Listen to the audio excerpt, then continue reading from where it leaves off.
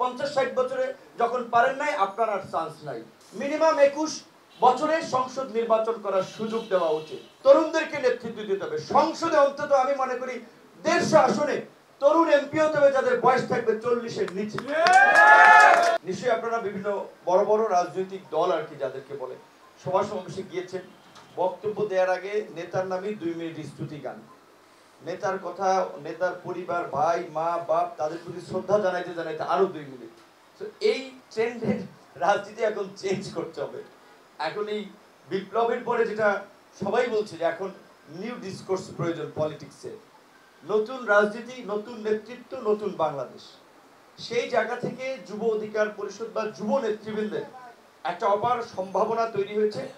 কারণ এতদিন ধরে এদেশের যুবকদেরকে প্রশংসা করা হয়েছে, ছাত্রদের মেধার নিয়ে প্রশংসা করা হয়েছে, কিন্তু তাদেরকে রাজনৈতিক দলগুলো লাঠিয়াল বাহিনী হিসেবে ব্যবহার করেছে, দখলদার বাহিনী হিসেবে ব্যবহার করেছে। কাজে এই অপরাজনীতির এখন কবর রচনা করতে হবে। আমি এই দেশে থাকি, একই সমাজে বাস করি, আমি কার মাথায় বাড়ি দিয়ে কার রক্ত ঝরাবো, কাকে রামদাও দিয়ে কুপিয়ে লাশ ফালাবো, কার মায়ের বুক খালি করবো? কিন্তু এটা হয়েছে তো, এক সংগঠন আরেক সংগঠনের নেতাকর্মীকে কুপিয়েছে, রাস্তায় রক্তাক্ত করেছে। বিশেষ করে এইটা তো মানে নিজেদের ঢোল পিটানো হবে না, এটা বাস্তবতা। আপনারাও জানেন যে আমরা গত 6টা বছরে এই ছাত্র এবং যুব অধিকার পরিষদের নেতৃবৃন্দ কি ধরনের নির্যাতন নিপীড়নের শিকার হয়েছে সেটা ব্যাখ্যায় আমি যাব না, সেটা আপনারাই জানেন। সো আমরা নির্যাতনের শিকার হলেও, আমরা মজলুম হলেও আমরা চাই না এই দেশে আর কোনো মানুষ রাজনৈতিক কারণে নির্যাতন নিপীড়নের শিকার হোক, ভুক্তভোগী হোক এবং মজলুম হোক। আমরা প্রতিহিংসা প্রতিশোধের রাজনীতি থেকে বের হয়ে এসে একটা সম্প্রীতি, সহনশীলতার বাংলাদেশ বিনির্মাণ করতে চাই। এইটাই হবে আগামী নতুন বাংলাদেশ। সেই ক্ষেত্রে যুব সংগঠনের নেতৃবৃন্দকে এবং ছাত্র এবং যুবকদেরকে ভূমিকা পালন করতে হবে। ছাত্র এবং যুবকদের সমাজে মানুষ কথা শোনে, তাদের দিকে মানুষ তাকিয়ে থাকে। বয়স্করা, আমাদের সিনিয়ররা, তাদের প্রতি সম্মান আছে, তাদের অভিজ্ঞতা আমরা কাজে লাগাবো। কিন্তু তাদের লিডারশিপ মানুষ দেখেছে। 50-60 বছরে আপনি কি করতে পেরেছেন না পারেন নাই, ওইটা মানুষ দেখেছে। কাজে 50-60 বছরে যখন পারেন নাই, আপনার আর চান্স নাই। বাস্তবতা এটা, যারা 50-60 বছরে কিছু করতে পারেন নাই আর শেষ বয়সে আর কি করবেন? কাজে এখন তরুণ এবং যুবকদেরকেই দায়িত্ব নিতে হবে সব দলে। আমি বলছিলাম শুধুমাত্র এই যুব অধিকার পরিষদের নেতারাই দেশ উদ্ধার করে ফেলবে। সমস্ত দলের যার যার জায়গা থেকে আওয়াজ তুলতে হবে। জাতীয় সংসদের এমপি নির্বাচন করার জন্য বয়স সম্ভবত 25 নাকি 18 বছরে ভোটাধিকার প্রাপ্ত হয়, 21 বছরে বিয়ে করার লাইসেন্স পায়। তাহলে এমপি হতে বা সংসদ নির্বাচন করতে গেলে 25 বছর বয়স লাগবে। এটা নিয়ে আপনাদের কথা বলা দরকার না? মিনিমাম 21 বছরে সংসদ নির্বাচন করার সুযোগ দেওয়া উচিত। এইবার তো তরুণরা দেখিয়েছে তাদের ম্যাচুরিটি, তাদের দূরদর্শিতা, তাদের প্রজ্ঞা, তাদের সৃজনশীলতা। আগামীর বাংলাদেশে তরুণদেরকে নেতৃত্ব দিতে হবে। সংসদে অন্তত আমি মনে করি 150 আসনে তরুণ এমপি হতে হবে যাদের বয়স থাকবে 40-এর নিচে। এখন আমাদের দল থেকে কয়জন হতে পারবে বা একজনও পারবে কিনা আমি জানি না, কিন্তু আমার চাওয়া সব দলের তরুণরা এগিয়ে আসবে। সব দলের তরুণরা তাদের দলের মধ্যে থেকেও এই আওয়াজ তুলবে।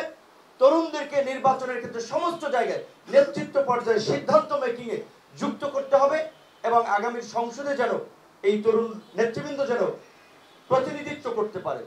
আন্দোলন সংগ্রাম, ফ্যাসিবাদ হটান, সব জায়গায় তরুণদের প্রয়োজন, তরুণদের শক্তি, তারুণ্যের প্রশংসা। তাহলে কেন পলিসি মেকিং এ, রাজনীতিতে, নীতি নির্ধারণী পর্যায়ে তরুণরা থাকতে পারবে না? সেটা এই সরকার আপনাদেরকে কিন্তু একটা উপকার করেছে। 2 জন অন্তর্বর্তীকালীন সরকারে নিয়ে আপনাদের সম্ভাবনাটাকে আরো তুলে ধরছে যে তারা আপনাদের অনেকের বয়সের অর্ধেক, কিন্তু তাহলে তারা যদি মিনিস্ট্রি সামলাতে পারে, নিশ্চয়ই আপনারা আগামীতেও সামলাতে পারবেন। সুতরাং আপনাদেরকে সেই বিষয়টা নিয়ে আমি মনে করি যে ভাবতে হবে। দ্বিতীয়ত, আজকে যেই ইস্যুতে এই আলোচনা সভা আয়োজন করা হয়েছে যুব অধিকার পরিষদের 7 দফা, সেটার সাথে আমি এই 7 দফাটা আমরা আলোচনা করেছি। আরো একটা বিষয় আমি অ্যাড করব, সেটা হচ্ছে যে আমাদের দেশের এই যে তরুণ জনগোষ্ঠীর, এটা ঠিক শিক্ষিত জনগোষ্ঠীর, বিশ্ববিদ্যালয় কলেজ পড়ুয়া তরুণদের প্রত্যাশা থাকে একটা বিসিএস। সত্যিকার অর্থে আমারও আগ্রহ ছিল বিসিএস, এবং আমার ধারণা এখানে আমাদের যারা এই 2018 সালেও ফাহিম দিনাজপুর হাজী দানেশ বিজ্ঞান ও প্রযুক্তি বিশ্ববিদ্যালয় থেকে পড়াশোনা করেছে, আবু হানিফ ভাই কবি নজরুল কলেজের সমন্বয়ক ছিলেন, এরকম যারাই বিভিন্ন বিশ্ববিদ্যালয় কলেজের সমন্বয়ক ছিল, প্রত্যেকের কিন্তু টার্গেট ছিল বিসিএস। কেন? সবাই বলবে আমি পুলিশ হয়ে জনগণের সেবা করতে চাই, ডিসি হয়ে আমি সেবা করতে চাই, ডাক্তার হয়ে সেবা করতে চাই। কিন্তু ওই জায়গায় যাওয়ার পরে সবাই কিন্তু অর্থ উপার্জনের দিকে মনোনিবেশ করে।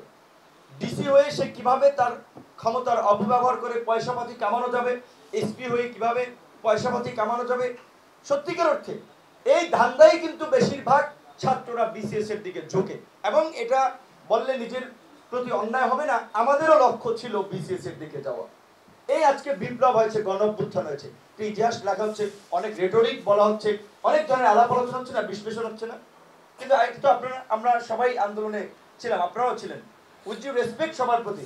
আমরা কি গণতন্ত্র, ভোটাধিকার, মানুষের অধিকারের জন্য কি শুরুর দিকে আন্দোলনে নামছিলাম? আমরা কিন্তু একটা ছোট মানে পোর্শন, সমাজের বিদ্যমান অনেকগুলো অসঙ্গতি রয়েছে। এই দেশের মানুষ, সাংবাদিক, শিক্ষক, রাজনীতিবিদ গত 15 বছর ধরে স্বাধীনভাবে কথা বলতে পারে নাই, লিখতে পারে নাই, বলতে পারে নাই, ভোট দিতে পারে নাই, গণতান্ত্রিক রাষ্ট্র ভোট দিয়ে তাদের জনপ্রতিনিধি নির্বাচন করতে পারে নাই।